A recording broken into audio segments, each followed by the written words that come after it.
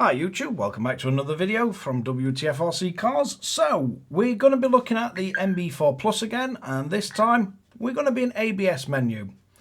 Now if you leave it set as standard, we can turn it on. When we start braking, you'll get the ABS function once you pass a certain point. Now this is all configurable. So brake return, you can see on this screen we hit the trigger point. So the return is how much it's going to back off the brake. So we can back this down. And you notice it doesn't back off as much. We can increase this.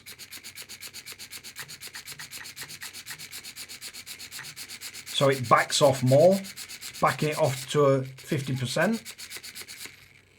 We can also reset it. Then if we move down to the delay,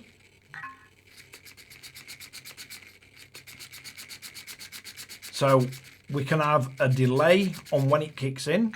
So if we increase this, you can see it goes longer before the ABS kicks in. So if it's all the way to this edge, it'll do the ABS function straight away. The further we move it, the longer you can brake before it starts doing it. So that's where we change that. If we go to cycle length,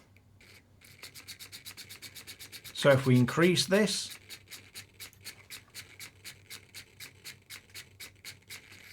this will effectively slow down. It extends over time the function of it. So if you want it to brake really quickly, we can turn it down and you can see it goes absolutely crazy.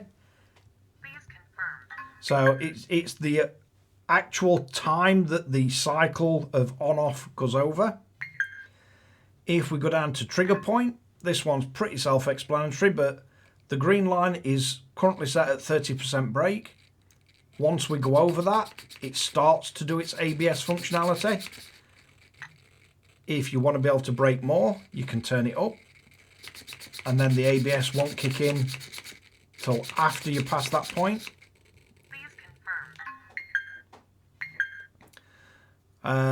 Duty cycle. So this, if we turn it up, you'll see what it does. So this is basically how long it sort of holds the brake on.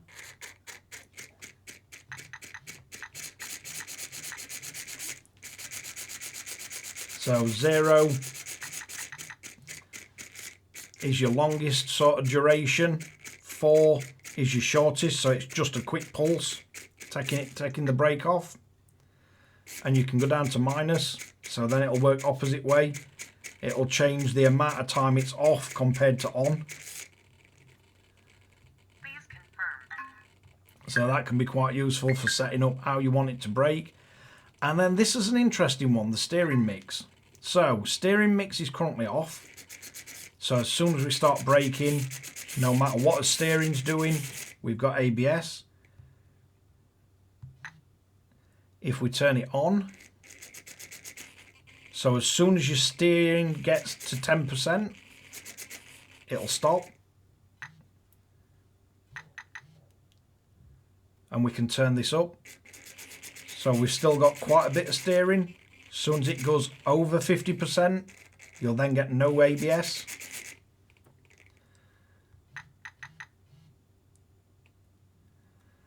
And then if you change it to N, you have to be over that point and then it will give you ABS. So full braking, but if we turn as well, as soon as we get over 30% steering, we then get the ABS functionality.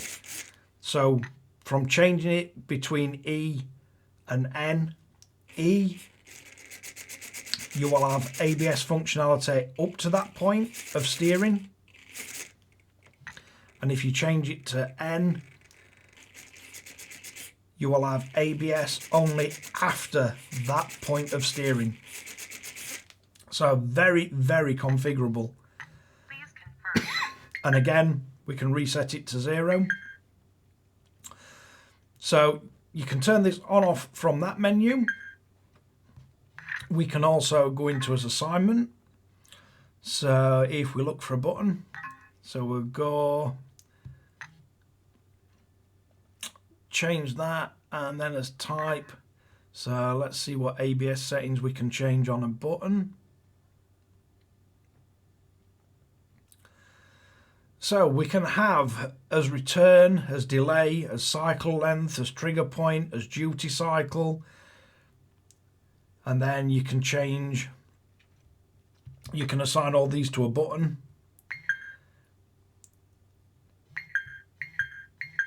So if we go back to our ABS screen, you can see we can change the cycle length up and down.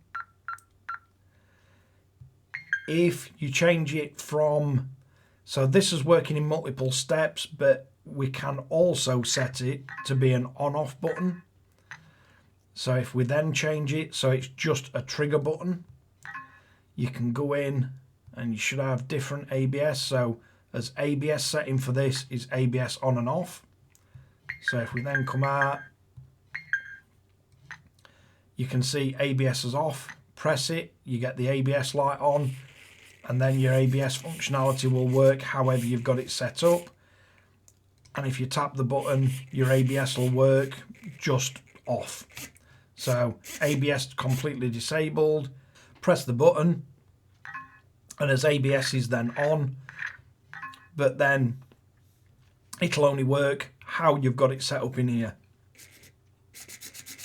So if we brake, we've not got it attached to steering, so we've got ABS, and then we press the button, we got no ABS. Press the button again, ABS on. And you can assign all these variables to various dials, and you can control these on the fly. ABS is probably something where you're not going to want to change everything on fly, but you may find your trigger point you want to change or the cycle length, but you'll pretty much find one or two of these that you want to change other than be able to turn it on and off. But once you've got it set how you like it, there's probably only one or two that you'd ever want to change again. But it'll work on an ESC, it'll work on a nitro with an actual throttle servo and brake servo. So you can set it up, and I believe it'll also work with mixers with a little bit of playing about, but that'll get a bit more in depth, and I don't want to confuse people. At the moment, I just wanted to cover the basics on ABS and why you'd use it. Quite a lot of time, you may want ABS functionality because you don't want it locking wheels completely. So it may stop you spinning out if you're in a two-wheel drive class or rear-wheel drive class.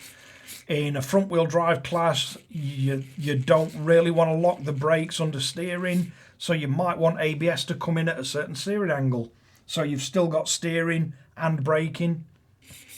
But very configurable, very tweakable, and hopefully this guide gives you some kind of insight onto why you might want it and how you tune it and what them various settings do.